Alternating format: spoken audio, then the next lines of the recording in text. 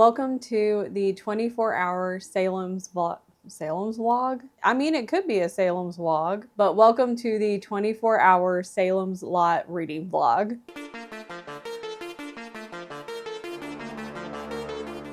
I don't know if I'm actually going to stay up for the entire 24 hours. So my friend Allie, who goes by Books with Allie here on YouTube and with Malice over on Twitch, Allie is hosting her fall 24-hour reading sprints, and she's hosting that on Twitch. It's going on right now. It's already started, actually. We're in our first sprint right now.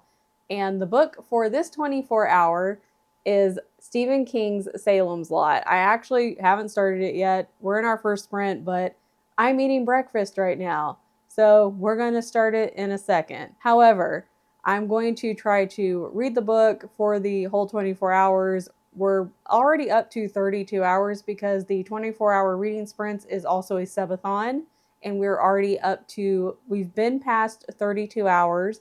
So we're going to be here for a little while, which gives me more time to get this book read and potentially a couple other books read if I get this one done as well. What I'm hoping to do is give a small vlog update about every 100 pages. My version of Salem's Lot is, hold on, God, you'd think I'd already know. My version of Salem's Lot is 653 pages, which sounds like a lot, except the print is fairly large.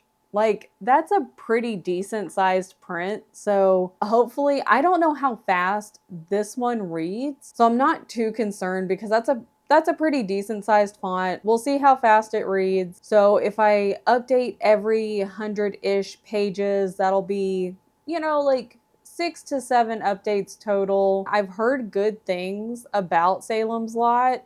So I'm excited to read this one. I think this one is about vampires, right? I actually don't know. I didn't read the summary, or if I did, it's been a hot minute. Something happens about like this little town. It gets invaded by evil forces. The usual. It sounds really dark and eerie.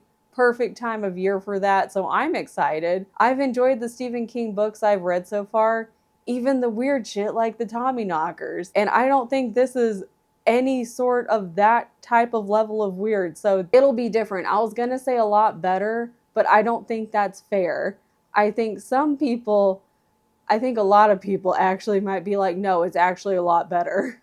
But we'll just say it'll be very different than the Tommyknockers. I'm excited to start Salem's Lot. I need to go ahead and make my coffee. I'm gonna go ahead and get started, and I will see you guys after about 100 pages.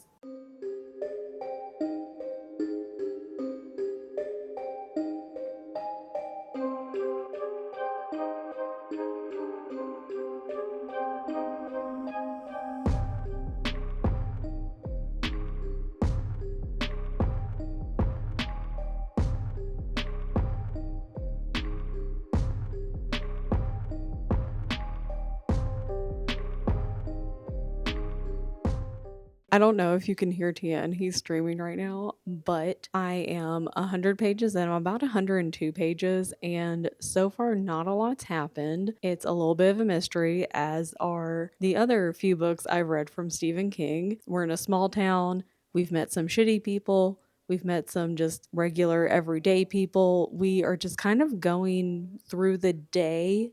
We've kind of started at like 4 a.m. and we're meeting different townspeople. We're just going through the day at like 4 a.m., 5 a.m., 6 a.m., so on. Again, not a lot's happened so far. Meeting a whole bunch of different people. I guess we're just going to see how their stories intertwine. But we've learned that there's this big house called the Marston House, I believe it's called. The people that lived there died a very terrible death. That's kind of the skeleton in the closet place for the town. And so it finally got sold to these out-of-towners who want to turn it into like this place to sell antiques and things like that to tourists and summer visitors and things like that.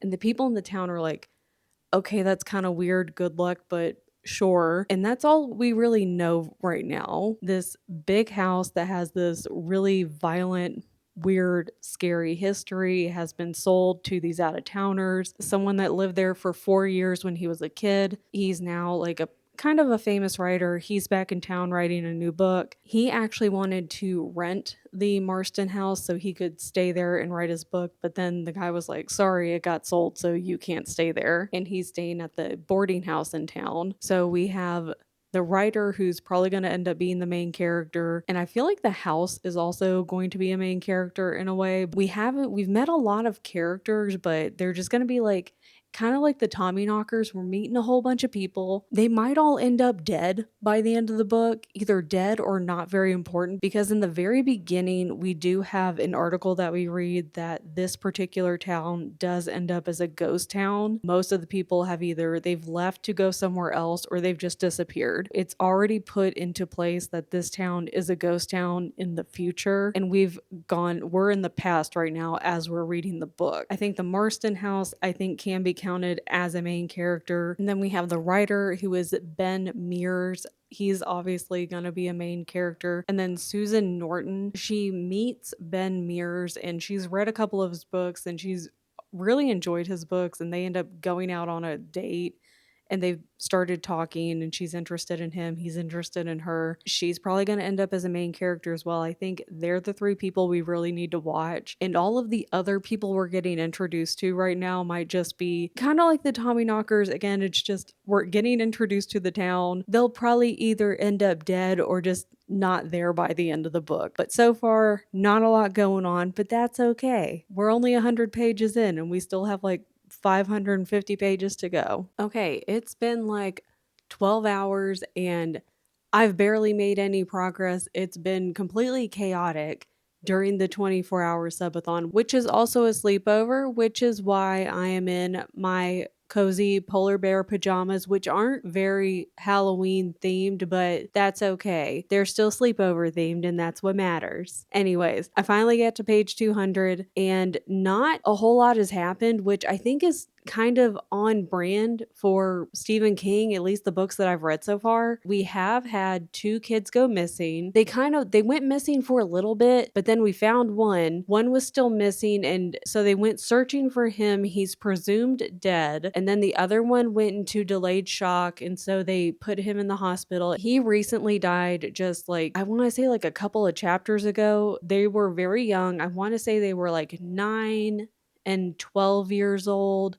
They were brothers. They were on their way to go to another kid's house, probably to cause some mischief. The house is still a main character. We're getting a little bit more behind the scenes of the house and the people. Well, technically it's 2 people that have bought the house, the Marston house, but we're only seeing one person so far in town that has been at the house and supposedly is renovating the house. And they've also bought another, like the store in town where they're going to sell their antiques and stuff to tourists and people who are going to vacation there in the summer. But we've gotten a couple of scenes with that person, but not a whole lot. We are getting a little bit more background on Ben, and he's still a main character. Not a whole lot with Susan in the past 100 pages. It's kind of one of those things are happening, but also not happening. I think because this one kid has just died and we still can't find the other kid, maybe stuff is going to start to pick up a little bit, especially because we've just made a suspicious delivery to the Marston house. It's got this weird, creepy, foreboding feeling all around the Marston house. Apparently,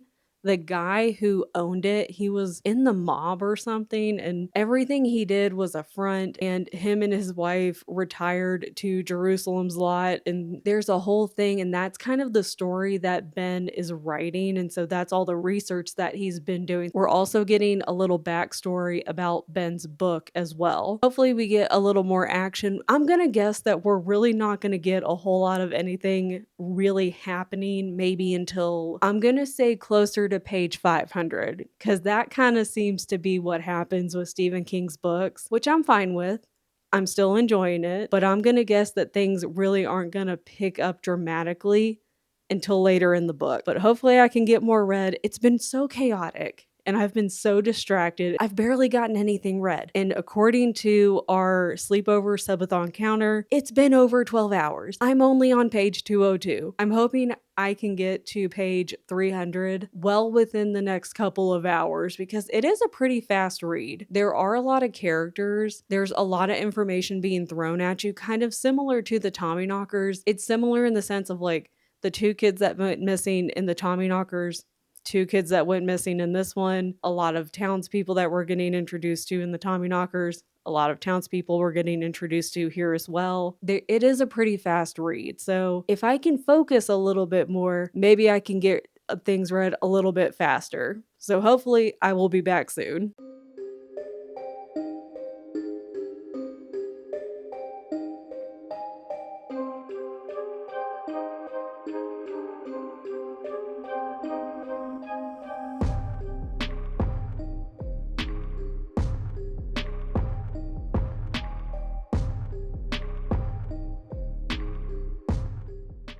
It's 2:30.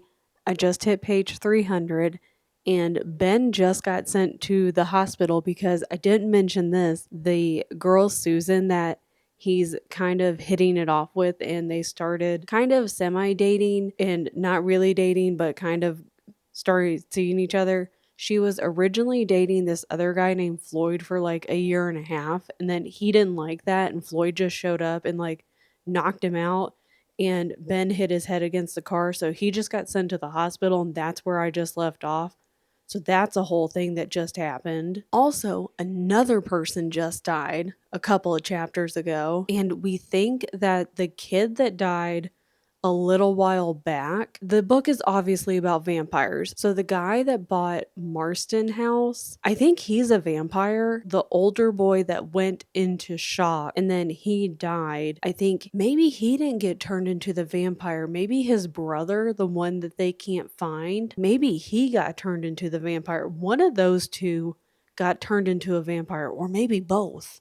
And then one of those boys, he's been visiting like this other guy in town, and like they've been sucking the blood out of that guy. This teacher character that we've been following, like he sees that guy in town and he's like, yo, what's wrong with you? You've been doing drugs. And the guy's like, no, man, like he's telling him like, I don't feel good. Like ever since the funeral, because like he works at the graveyard, he helps with all the funerals and the burials and stuff like that, and he's like, I don't feel good ever since that, like weird stuff was happening to him at that funeral. He was helping with the burial. The teacher was like, okay, well, come home with me, you can get some sleep, because the teacher was even going through his mind. He was like, is this a vampire? And he's like, okay, no, maybe this is a little bit crazy, but like it kind of sounds like vampires. And then a vampire kid comes into the house, like he has to be let in because he hears in the middle of the night the person say, yes, you can come in, and then he hears a child's laughter, and then in the morning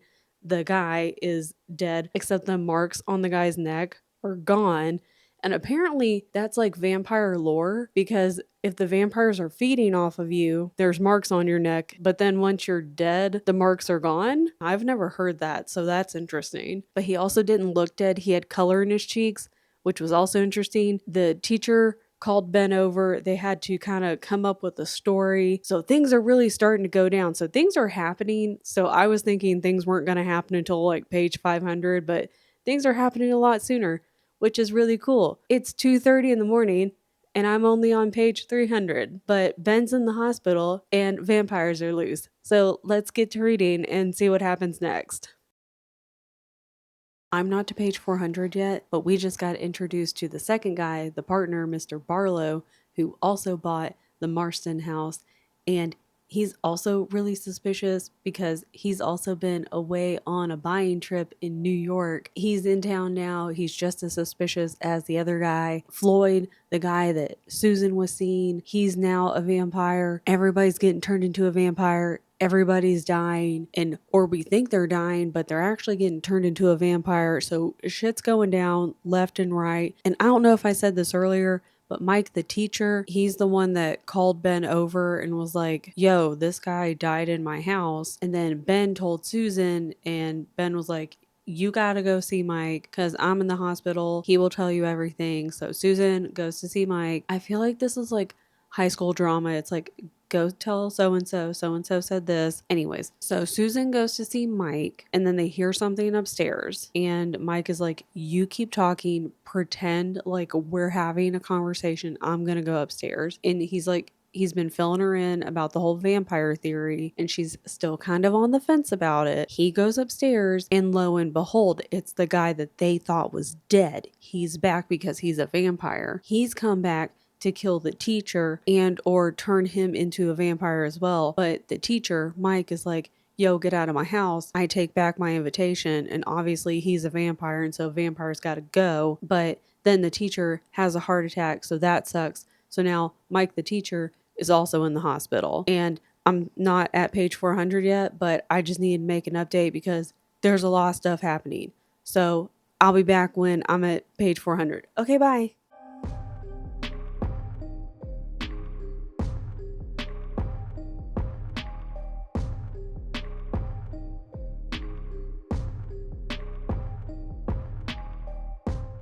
We are officially at page 400, and Susan has snuck up to the Marston house on her own little mission because she's like, screw it, I'm gonna go see what's going on. There's a whole lot of stuff going on right now. Her, Ben, and Matt, who's the teacher, Matt's still in the hospital, so they're going, okay, you do the research stuff, like get the books from the library, get all the research that you can, and we'll go out and do the footwork. I forget what Susan's supposed to be doing. I think maybe she was supposed to be going to see a priest. I think it's like Father Callahan. I think. Is that supposed to be what she's doing? Susan was supposed to be going to see Father Callahan or like waiting for Ben. I don't really remember what she's supposed to be doing. She was like, you know what? Our original plan was to go up to the Marston house. I'm just going to go do that. So she drives over there, and along the way, she goes and buys a crucifix. She grabs a piece of fence, and now she's going to have a stake, and she creeps up to the house and she can see it. She sees the guy, I think his name is like Straker or something. I'm not really sure how to say it. And she sees him drive away. And the very last line I just read was a hand falls on her shoulder. Okay, cliffhanger. But we're going to back up a little bit. We have all of these people that are being turned into vampires, including a baby. A literal baby is also a vampire. And Ben, Susan, who's also now mostly convinced, I guess, that vampires are real, and Matt are going to be talking to the doctor, Dr. Cody, and they're like, we're going to tell him the whole story. And he kind of believes them, I guess. He doesn't turn them into the police and is like, these people are completely bonkers. We need to do something about them, because they're also asking to exhume the boy that got buried, Danny, who is now a vampire. They want to exhume his body, and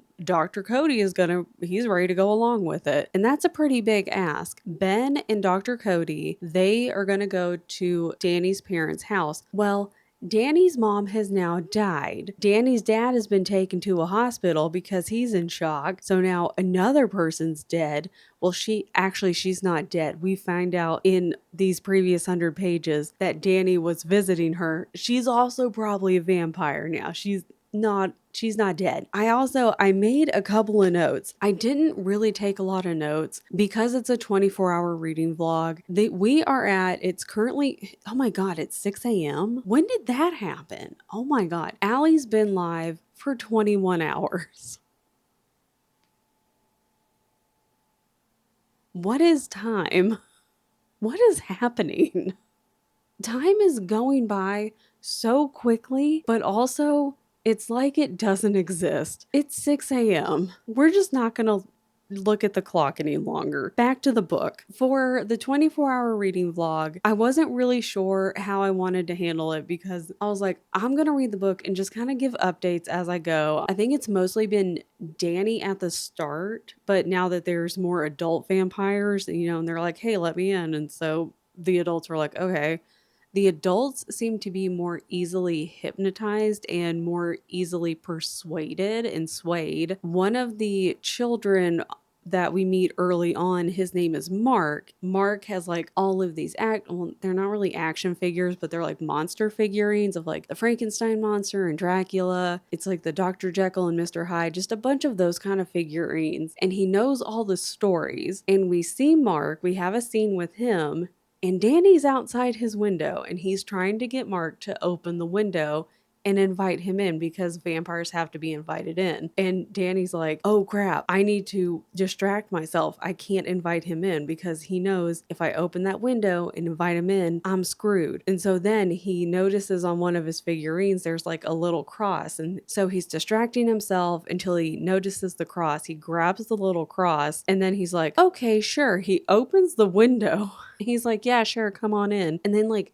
jams the crucifix into the kid's face. And because Danny's a vampire and the crucifix is a holy object, it burns him. And so Danny goes flying back out the window. And the parents wake up and they're like, what was that? Are you good? Did you have a nightmare? And Mark's like, yeah, I don't know. I'm good. I guess I just had a nightmare. That's weird. We do get a scene early on. Mark seems to have a lot more mental fortitude just in general, but he's the only one so far that's been able to resist the vampires asking and trying to hypnotize and persuade the person to allow them to come in. That was really interesting. And the other thing that I just made a note of, and it was right at the end, right before the page 400, people are starting to notice that all of these, what the townspeople are thinking are dead bodies, but we know are vampires right now. All the bodies are going missing. This person says, what disturbs me the most is Danny Glick, Danny the vampire, is the only corpse we have a marker for. All the others have disappeared into thin air. That's weird. That's suspicious. Things are starting to move along. We get that feeling of just general unease and discomfort when you have townspeople who are interacting with the two folks who have bought the Marston house, or when they go to certain areas, either by themselves or with other people. We have a scene where they're going to the cemetery or when they're going to the town dump, and there's just like a general unease. They feel like someone's watching them. They feel like something's wrong. It's kind of interesting that the people in the town aren't immune to it. Sometimes you get the reader going, okay, we know something's wrong, but the town doesn't know that anything's wrong. They're just kind of going about their day, and we're going, oh my God, how do you not see this? How are you missing this? But it's nice to see that we see that something's wrong. And obviously our main characters see that something's wrong. And everybody else is also kind of starting to see that something's wrong. And they may not see specifics, but they know something's off. Maybe they know, okay, their town's not great. Their town's a little off, but this is different. This is a different kind of off. So we're at page 400. We have like 250 pages to go. I can't believe it's 6:15 in the morning. Technically, Allie still has just under 22 hours to go. She is going to be sleeping at some point, so she's going to pause the timer, sleep, and then start the timer again. She's been live for a little over 21 hours and still has just under 22 hours to go. I'm really tired. I was going to try to take a short walk and run down to the river this morning, and I was like, I could do that and take my book. I don't know if I'm going to do that. We might try to at least take a walk because I do have the audiobook. It's available on Spotify, so maybe I'll at least try to take a walk. We'll see how that goes. I have coffee, but I'm exhausted. So I'll check back in at page 500. I probably won't be any more awake at that point though. All right, so I'm around page 450. It's around 8:30 in the morning where, oh my God, it's like 23 hours and 23 and a half hours into the subathon. Mark, the kid who was getting bullied by Danny, he was the one who put his hand on Susan's shoulder. He also, again, well, I mean, of course he figured out it was vampires because Danny was outside of his house.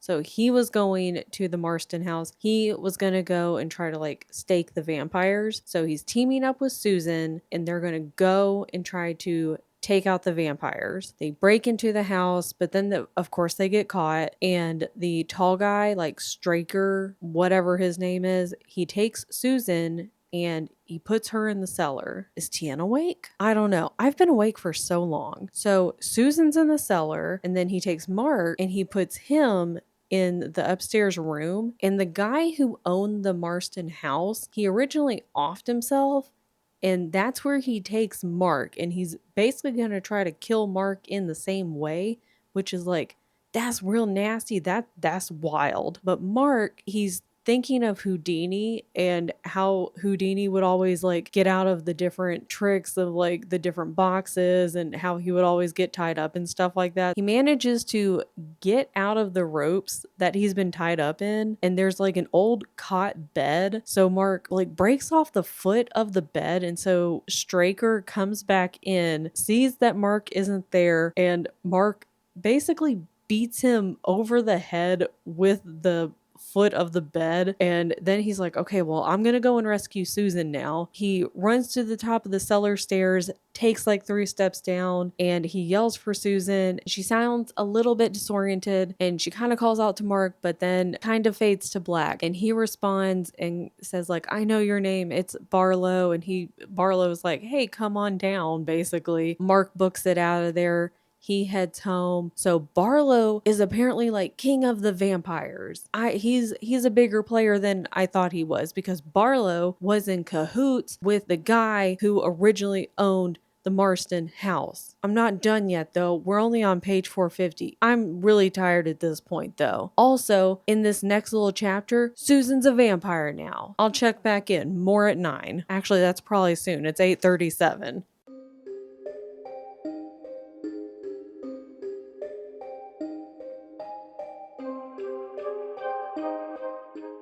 Okay, I am at page 500. We have recruited Father Callahan. Unfortunately, again, we have lost Susan. I don't know if Father Callahan believes us, but we have a plan. We're putting our plan into action, and that's where we're going. It's 10:30, so technically the 24 hours is officially up. However, it was a 24-hour plus subathon. We are in hour 25 and a half, and we still have 19 hours to go. I'm exhausted. I'm taking a little break. I'm on page 500. There's about 653 pages left in my book. I only have 153 pages left. That's incredible. I'm absolutely going to finish this today. I do think I am going to end up going for a walk. I was kind of hoping to get outside and go for a walk earlier this morning, but considering it's 10:30, that hasn't happened yet. I was about to fall asleep a couple of hours ago. I'm absolutely going to crash later. What I want to do is finish this book. So maybe by mid-afternoon, this book will be done. I can do one last final update. I can get outside for some fresh air, take a little walk. That'll be that. I may not make another update until the very end. That's probably a lie though, because the last couple hundred pages or so, it seems like every 50 pages, a couple of things have happened, and I had to start the camera to be like, Susan's a vampire now. This thing happened, that thing happened, because I didn't want to forget about it. I'm sure I'll check in again. I'll see you in a little bit. We only have 150 pages left to go. Been a long 25 hours. I'll see you guys soon. Okay, I am officially done with Salem's Lot. I actually finished it a couple of hours ago, but I just got back from a walk because I haven't been outside in about 30 hours. So I took a little walk around the block, and overall, I enjoyed the book. I usually wait about a day before giving a book a rating, just because when I finish a book, unless I really, really love it, when you're like, no notes, 10 out of 10, easy 5 stars. If it's not one of those and I go ahead and rate it the same day, most of the time by the next day or within the next couple of days, I go, well, it was fine, but I might like kind of demote it a little bit, or I might give it a few points higher, like a half point or a full point. So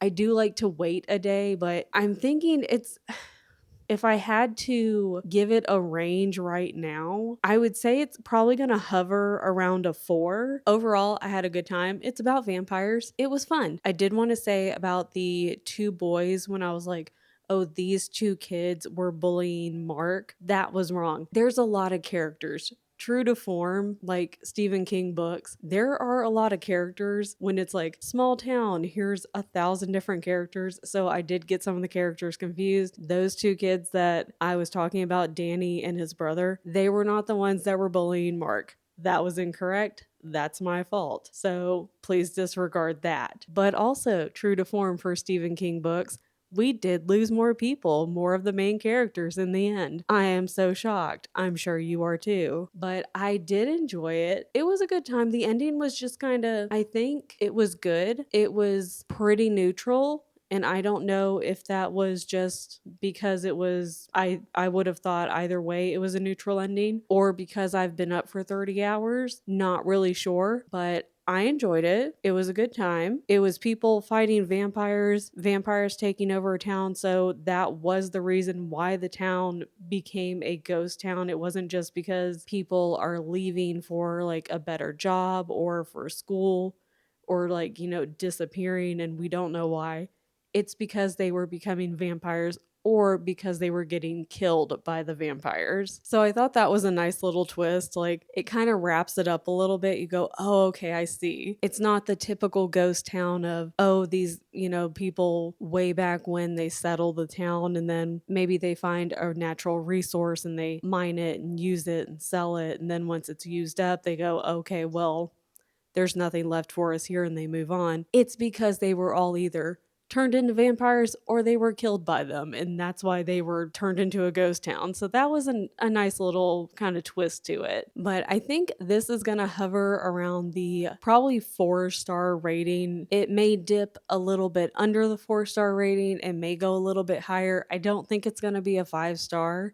By the time I edit this, hopefully I can put my final rating here. But thank you for coming along with me for my first 24-hour plus reading vlog, reading Salem's Lot by Stephen King. I hope you enjoyed it. I hope you enjoyed the little updates I did. I thought it would be a better way because I am trying to do better when I read a book instead of reading the whole thing and then giving thoughts at the end, because there's a good chance I'll forget. I thought this would be a fun way to do it, especially for a 24-hour reading vlog, or 24-hour plus. It's kind of a time crunch. You only have a set period of time to do it. Breaking it up into those 100-page segments. That way I can go, okay, here's what's happened so far. Here's what's happened in this next section. Maybe I can do that in other books. I think updating as I go will be the way to do it, especially for future reading vlogs, for full series reading vlogs, or even just for standalones. As we've seen with Twilight, if I read an entire book and then try to give my thoughts, I forget a lot of stuff. So updating as I go seems to be the best option. But thank you for hanging out with me. I hope you enjoyed this. Let me know if you have read Salem's Lot before and let me know what you've thought of it. I'm definitely going to be crashing sometime soon. I've been up for well over 30 hours at this point, so I think I'll be sleeping really well tonight. But I hope you guys have a great time and I'll see you in the next video. Bye.